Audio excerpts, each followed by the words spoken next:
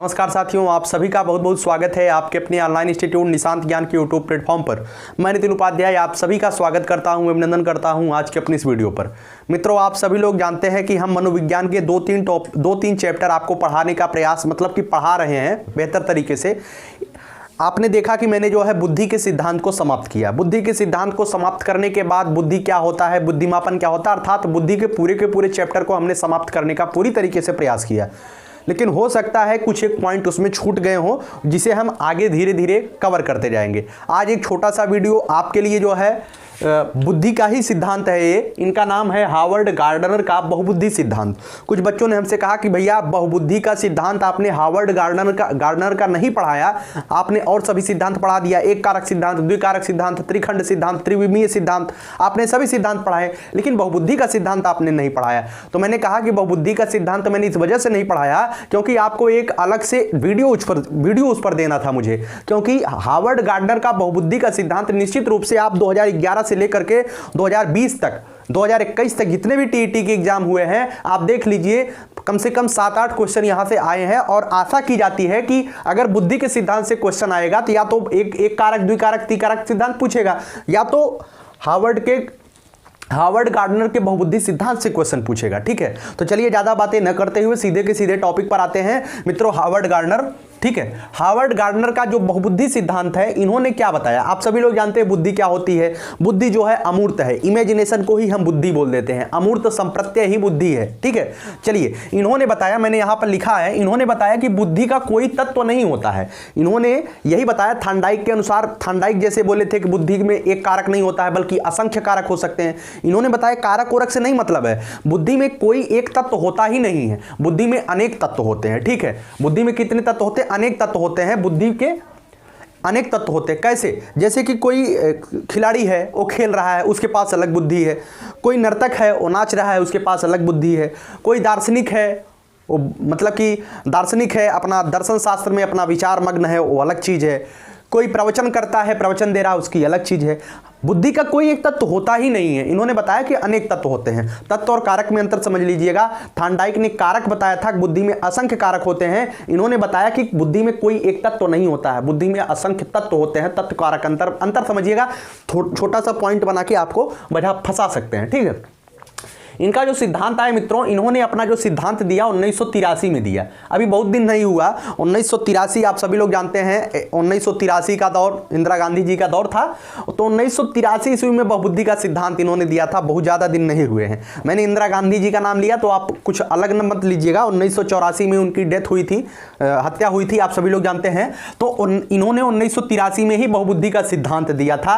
अर्थात अभी कितना दिन हुआ? 17 इधर 22 इधर, 22 10 32 7 39 40 साल हुए हैं इस सिद्धांत को आए हुए। ठीक है, प्रारंभ में जो इन्होंने सिद्धांत दिया था, इन्होंने जो सिद्धांत दिया उसे समझाने के लिए इन्होंने जो है इसे 7 क्षेत्रों में विभाजित किया था। ध्यान से सुनिएगा, वर्तमान में अभी इनके 8 क्षेत्र हैं कि 8 क्षेत्रों के माध्यम से इन्होंने बहुबुद्धि के सिद्धांत को समझाया।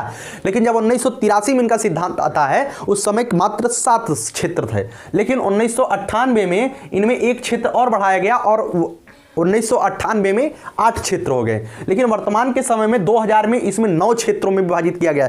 लेकिन जो आप एनसीईआरटी के माध्यम से, क्योंकि जो आप टीईटी का एग्जाम देंगे उसमें अगर आप सही क्वेश्चन है या गलत क्वेश्चन है, माना जाता है कि आप एनसीईआरटी पढ़ करके आए हैं। एनसीईआरटी में अभी तक अपडेट नहीं है, एनसीईआरटी में 8 ही क्षेत्र बताया गया है। तो आपको यही ध्यान रखना है कि बहुबुद्धि के सिद्धांत को गार्डनर साहब ने समझाने के लिए 8 क्षेत्र दिए थे, बस इतना आपको ध्यान रखना है। प्रारंभ में 7 क्षेत्र दिए थे, 1998 में 8 क्षेत्र दिए थे। अगर 2000 ईस्वी लिख करके पूछता है तब आप 9 क्षेत्र बताइएगा, नहीं तो 8 क्षेत्र ही आप रटिएगा कि बहुबुद्धि के सिद्धांत को गार्डनर साहब ने 8 क्षेत्रों में विभाजित किया था। ठीक है, जो इन्होंने अपनी पुस्तक लिखी थी, एक पुस्तक इन्होंने लिखा जिस पुस्तक में इन्होंने अपने सिद्धांतों को प्रतिपादित किया था, सिद्धांतों को जिस पुस्तक में इन्होंने अच्छे से क्लेरिफाई किया कि वास्तव में बहुबुद्धि के सिद्धांत में क्षेत्रों को किस तरीके से डिफाइन किया जाए। उस पुस्तक का नाम था मित्रों frames of mind, the theory of multiple intelligence. मित्रों आप यहीं से समझ लीजिएगा, मल्टीपल का मतलब होता है बहुत, बहुत सारे, ठीक है। तो मल्टीपल इंटेलिजेंस का मतलब बहुत सारे बुद्धि वाले सिद्धांत। इसी तरीके से समझिएगा, frames of mind the theory of multiple intelligence, इनकी पुस्तक है, किसकी, हार्वर्ड गार्डनर साहब की पुस्तक है। इसी में इन्होंने इन सभी भागों का चर्चा किया था, ठीक है, इसी में इन्होंने इन सभी भागों का चर्चा किया था। नीचे मैंने लिखा है 1 नंबर फिक्स। निश्चित रूप से आप अगर इस सिद्धांत को पढ़ते हैं तो 1 नंबर आपका फिक्स ही हो जाएगा, ठीक है। चलिए, इनके 8 क्षेत्र कौन कौन से थे। आपसे ये नहीं पूछा जाएगा कि इनके 8 क्षेत्र कौन कौन से थे, ये नहीं कभी पूछा जाता है, लेकिन हाँ इसमें पूछा जा सकता है कि विमान चालक में कैसी बुद्धि होती है। हार्वर्ड गार्डनर के अनुसार विमान चालक में किस प्रकार की बुद्धि होती है, तो आपसे पूछ लेंगे इस तरीके के 4 ऑप्शन बना करके। इसी तरीके से ध्यान रखिएगा, इनके 8 क्षेत्र कौन कौन से थे। एक था भाषागत, दूसरा था तार्किक गणितीय क्षेत्र, तीसरा था देशिक, चौथा था संगीतात्मक, पांचवा था शारीरिक गति संवेदी, छठा था अंतरवैयक्तिक, ध्यान रखिएगा अंतरवैयक्तिक था, सातवां था अंतः वैयक्तिक, 8वां था प्रकृतिवादी। मित्रों, अब आपको जो है इसे हम केवल समझा देते हैं, आपको भी लिखने की आवश्यकता नहीं, मात्र समझ लीजिए कि इसके अंदर होता क्या है। उदाहरण से भी आप समझ जाएंगे, लेकिन थोड़ा सा हम बता देते हैं। भाषागत क्या होता है मित्रों, ऐसे लोग जिनका जो है भाषा पर अच्छा पकड़ होता है, जो भाषा को तोड़ मरोड़ करके बेहतर तरीके से आपके सामने क्लेरिफाई करते हैं। या तो वह एक अच्छा लेखक हो सकता है, या एक वो अच्छा शायर हो सकता है, कुछ भी हो, एक कवि हो सकता है, लेखक हो सकता है, शायर हो सकता है। एक वर्तमान के समय में मैं यूं कहूं तो एक यूट्यूबर भी इसी क्षेत्र में आता है, भाषागत क्षेत्र में। अगर उस भाषागत क्षेत्र में बेहतर करेगा तो वह बहुत आगे जाएगा। यूट्यूबर भी यही करता है, हम आपको बेहतर समझा पा रहे हैं, बस यही है कि हमारी भाषा कौशल थोड़ी सी अच्छी है, ठीक है। तो भाषागत क्षेत्र में कवि और लेखक आता है जिसका भाषा पे अच्छा पकड़ होता है, समझ गए ना। तो भाषागत क्षेत्र क्या है। आगे बात करते हैं तार्किक गणितीय क्षेत्र। मित्रों, इस शब्द से ही स्पष्ट है, तार्किक गणितीय क्षेत्र। गणित के क्षेत्र में भी जो अच्छा कर पाए, मैथमेटिशियन जो हो, वह भी गणितीय क्षेत्र आ जाएगा। तार्किक क्षेत्र का मतलब किसी भी बातों पर अपना तर्क दे पाए, अर्थात उसकी जो मतलब कि तर्क करने वाली तार्किक क्षमता हो और बेहतर हो। या तर्क करने वाली तार्किक क्षमता जो है किस में हो सकती है, वैज्ञानिक में भी बेहतर हो सकती है, मैथमेटिशियन में भी बेहतर हो सकती है। तो यहां पे मैंने 2 चीजें लिखा है, वैज्ञानिक और गणितज्ञ जो होते हैं उनके अंदर जो है तार्किक और गणितीय क्षमता बेहतर होती है। एक गणित के बच्चे से पूछ लीजिए, भैया 2 + 2 = 5 कैसे होता है, तो वह बच्चा अगर अच्छा गणितज्ञ है, मैथमेटिशियन है, वो बता देगा माना x, माना 2 + 2 = 5 होता है, मान लेगा लेट्स, है ना। तो ऐसे होता है, मैं केवल समझाने के लिए आपको बताया। चलिए, तीसरा बात करते हैं देशिक। मित्रों, देशिक क्षेत्र क्या होता है। देशिक का मतलब यह है कि ऐसे लोग जो कहीं पर जाते हैं तो उसके जो भौगोलिक क्षेत्र होता है उसे जो है अपने दिमाग में बैठा लेते हैं। कहीं पर भी किसी भी कीमत पे, जैसे आप घूमने जा रहे हैं, बंबई घूमने जा रहे हैं और आप एक बार इससे चले जाइए, मोटर मतलब कि कार के माध्यम से आप बंबई चले जाइए। एक बार आप चले गए, दोबारा आप उसका रास्ता ना भूलें। अगर आपके अंदर ऐसी क्षमता है, इमेजिनेशन की क्षमता है कि हम एक बार चले गए और रास्ता मुझे याद हो गया, तो निश्चित रूप से आपके अंदर देशिक क्षमता है, ठीक है, देशिक क्षमता है, ठीक, समझ गए ना। तो जैसे एक विमान चालक होता है, वह जो है पाकिस्तान चला गया, तो पाकिस्तान जब विमान उड़ा के ले गया, कैसे ले गया, रडार पे कितनी अच्छे से सही करके गया, उसे निश्चित रूप से सब कुछ पता हो जाएगा। एक नाविक है, उसे देशिक क्षमता बेहतरीन होती है। एक मूर्तिकार है, उसे भी देशिक क्षमता होती है। मूर्तिकार का मतलब, अब कुछ लोग कहेंगे भैया मूर्ति बनाने में कैसी देशिक क्षमता, भाई क्षमता होती है, इमेजिनेशन की क्षमता होती है। देशिक का मतलब इमेजिनेशन, कल्पना शक्ति आपकी मजबूत हो जाती है। आप किसी की मूर्ति बना रहे हैं तो आप बताइए, क्या आप उसे जो है मूर्ति को पहले मतलब कि देखेंगे क्या बनाने के लिए, आप इमेजिन करेंगे कि भगवान राम की हमें मूर्ति बनानी है, तो भगवान राम का इमेजिन करेंगे अपने मन के अंदर, उसके बाद भगवान राम की आप मूर्ति बना देंगे, ठीक है। भगवान गौतम बुद्ध की मूर्ति आप बना देंगे, ये इमेजिनेशन होता है। और जिसके अंदर इमेजिनेशन पावर अच्छा होता है वो देशिक बुद्धि का उदाहरण होता है, समझ में आया। चलिए आगे बात करते हैं संगीतात्मक। मित्रों, स्पष्ट है, संगीतात्मक का मतलब जिसके अंदर लय सुर का ज्ञान होता है, संगीत के क्षेत्र में बेहतर कर पाता है, वह संगीतात्मक बुद्धि वाले होते हैं, ठीक है। तो संगीतकार जो होते हैं वो संगीतात्मक बुद्धि के होते हैं। आगे बात करते हैं मित्रों शारीरिक गति संवेदी। नाम से ही स्पष्ट है, शारीरिक गति संवेदी। ऐसे लोग जो पेशीय बल का प्रयोग करके अपना कार्य करते हैं, जिनके अंदर पेशीय कौशल होता है, पेशीय कौशल अपने शरीर के कौशल से बेहतर करते हैं, उसे शारीरिक गति संवेदी बुद्धि उनके अंदर ज़्यादा होती है। जैसे खिलाड़ी, जैसे विराट कोहली जी हो गए, वो जो है क्रिकेट खेलते हैं तो पेशीय कौशल का प्रयोग करते हैं। अगर वो शरीर को मतलब कि शरीर को अपना प्रयोग ना करें तो क्या वो किसी बल्ले से छक्का मार सकते हैं, किसी गेंद पर नहीं मार सकते हैं। तो कोई भी हो जाए, जैसे खिलाड़ी हो गया, नर्तक हो गया, वह भी अपने शारीरिक कौशल का प्रयोग करता है, तो उसके अंदर कौन सी बुद्धि हो गई, शारीरिक गति संवेदी बुद्धि हो गई। गई। ठीक है, तो उम्मीद करता हूं शारीरिक गति संवेदी भी आपने बेहतर समझ लिया। अब इन दोनों में आप कंफ्यूज हो सकते हैं, अंतर्वैयक्तिक और अंतःवैयक्तिक। ध्यान से सुनिएगा, अंतर्वैयक्तिक मतलब व्यक्तियों में अंतर, अंतर्वैयक्तिक मतलब 2-4 व्यक्तियों के बीच। ध्यान से सुनिएगा, अंतर्वैयक्तिक का मतलब 2-4 व्यक्तियों के बीच आप खड़े हैं और अपनी बातों को, 2-4 व्यक्तियों के बीच आप सामाजिक रूप से बैठे हैं और अपनी बातों तक, उन 2-4 व्यक्तियों के हृदय तक अपनी बातों को पहुंचा दीजिए, तो आपको माना जाएगा कि आप अंतर्वैयक्तिक क्षमता के धनी हैं। अर्थात जैसे हम हैं, हम आपके ऑनलाइन माध्यम से आप लोगों के दिल के अंदर अपनी बातों को पहुंचा देते हैं। अंतर्वैयक्तिक का मतलब यह है, बीच में वीडियो कट हो गया था, कुछ समस्या थी।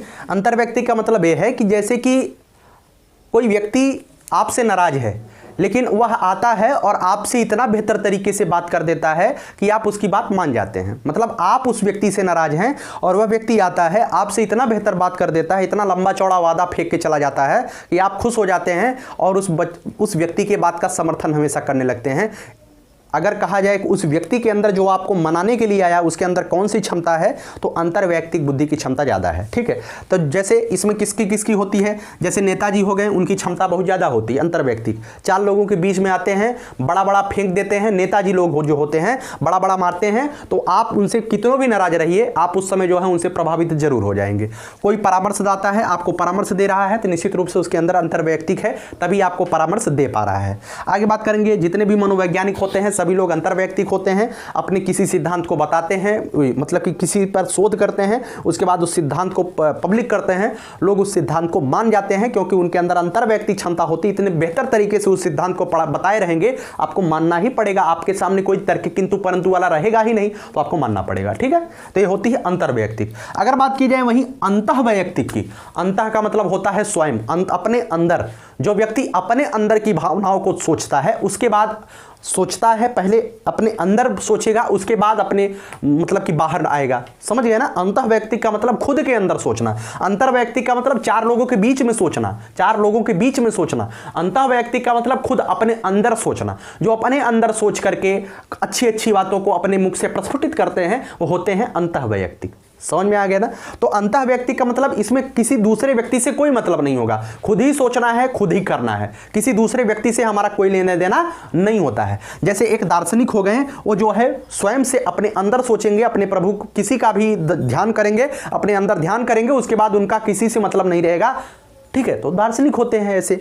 आगे बात करते हैं डिजाइनर। जो डिजाइनर साहब होते हैं वह भी इसी तरीके से करते हैं। जैसे कि कोई मतलब कि जैसे कोई बड़ा अभिनेता हो गए, उनके जो डिजाइनर होते हैं वह पहले अंतःवैयक्तिक होते हैं। पहले अंदर सोचेंगे कि अगर अपने सर को जो है इस तरीके का हम पोशाक पहनाएंगे तो उनका किस तरीके से इमेजिन आएगा, मतलब किस तरीके से वो बेहतर लुक देने वाले होंगे। तो डिजाइनर साहब भी अंतःवैयक्तिक होते हैं। दार्शनिक भी कैसे होते हैं, अंतःवैयक्तिक होते हैं। जो योगी होते हैं वह भी क्या होते हैं, अंतःवैयक्तिक होते हैं। उनसे किसी व्यक्ति से कोई मतलब नहीं होता है, वह जो है ध्यान लगाते हैं, ध्यान लगाने के बाद मतलब कि बेहतर करते हैं। तो अंतःवैयक्तिक का मतलब खुद सोच करके बेहतर करना, वो अंतःवैयक्तिक, और 2-4 लोगों के बीच में सामाजिक रूप से 4 लोगों के बीच में अंतर्वैयक्तिक करना, वो अंतर्वैयक्तिक। समझ गए ना। अब ज़्यादा कुछ बताने की आवश्यकता नहीं। नेता, परामर्शदाता या वैज्ञानिक के अंतर्वैयक्तिक होते हैं, अंतःवैयक्तिक, दार्शनिक और अंतःवैयक्तिक होते हैं। ठीक, आगे बात करते हैं प्रकृतिवादी। मित्रों, जिनका जो है प्रकृति के प्रति संवेदनशील अधिक होते हैं, जो प्रकृति के प्रति संवेदनशील अधिक होते हैं, प्रकृति से अधिक लगाव होता है, प्रकृति के बीच में रहना ही चाहते हैं, तैसे होते हैं प्रकृतिवादी। जैसे पशु चिकित्सक हो गए। ऐसा नहीं है कि प्रकृति केवल, पेड़ पौधे भी प्रकृति में आते हैं। जैसे आप बायोलॉजी पढ़ते हैं, तो अगर आप BSc बायोलॉजी किएंगे तो आपको जूलॉजी और बॉटनी पढ़ना पड़ता है ना। तो यही समझिएगा कि केवल पेड़ पौधे ही नहीं है, पेड़ पौधे के साथ साथ जीव जंतु भी हैं। जीव जंतुओं से लगाव हो, पेड़ पौधों से लगाव हो, ऐसे प्रकृतिवादी होते हैं। चाहे वो पशु चिकित्सक हो, चाहे वो कृषि वैज्ञानिक हो। आपके घर में भी कई बच्चे ऐसे होते हैं जो पेड़ पौधे को लगाने में, पेड़ पौधे की रक्षा करने में, उन्हें जल देने में, उनका देखभाल करने में उनका विशेष लगाव रहता है। ऐसे बच्चे जो है प्रकृतिवादी सोच के होते हैं। वो जो है ऐसे ही महान लोग, हम प्रकृतिवादी लोगों को महान लोग कहेंगे, क्योंकि ऐसे लोगों के ही इस धरती पर रहने से आज हम लोग सांस ले पा रहे हैं, आज हम अपने तरफ से बेहतर करने का प्रयास भी कर रहे हैं। प्रकृति की रक्षा हमें मिल करके करनी चाहिए। एक तरीके से हम इस पूरे के पूरे सिद्धांत को समाप्त कर चुके हैं। बाद में आपसे हम यही कहेंगे, प्रकृति की बात आ गई है तो निश्चित रूप से आप अपने लिए नहीं तो अपने आगे आने वाली पीढ़ी के लिए प्रकृति का संरक्षण कीजिए। आप ज़्यादा से ज़्यादा वृक्ष लगाइए, मृदा अपरदन को बचाइए और जो भी आप प्रकृति के लिए बेहतर कर पाते हैं उसे करने का प्रयास करिए, है ना। चलिए इसी के साथ हम इस वीडियो को समाप्त करते हैं। आपने हार्वर्ड गार्डनर के बहुबुद्धि का सिद्धांत बहुत बेहतर तरीके से समझ लिया। मुझे आशा है कि आप इस सिद्धांत को अच्छे से समझ पाए होंगे। और मैंने वीडियोज के बीच में कभी भी यह नहीं कहा कि आप चैनल को सब्सक्राइब करिएगा।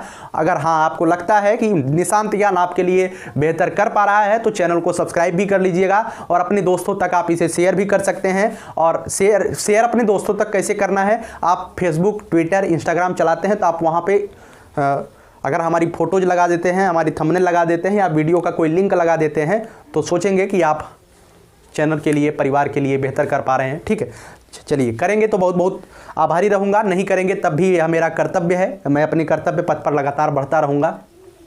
आखिर में अटल बिहारी वाजपेयी जी ने कहा है, मुझे कुछ फर्क नहीं पड़ता है, क्या हार में क्या जीत में, किंचित नहीं भयभीत में। क्या हार में क्या जीत में, किंचित नहीं भयभीत में। कर्तव्य पथ पर जो मिले यह भी सही वह भी सही, हो कुछ भी वरदान नहीं मांगूंगा, मैं हार कभी नहीं मानूंगा। बहुत बहुत धन्यवाद। जय हिंद, जय भारत।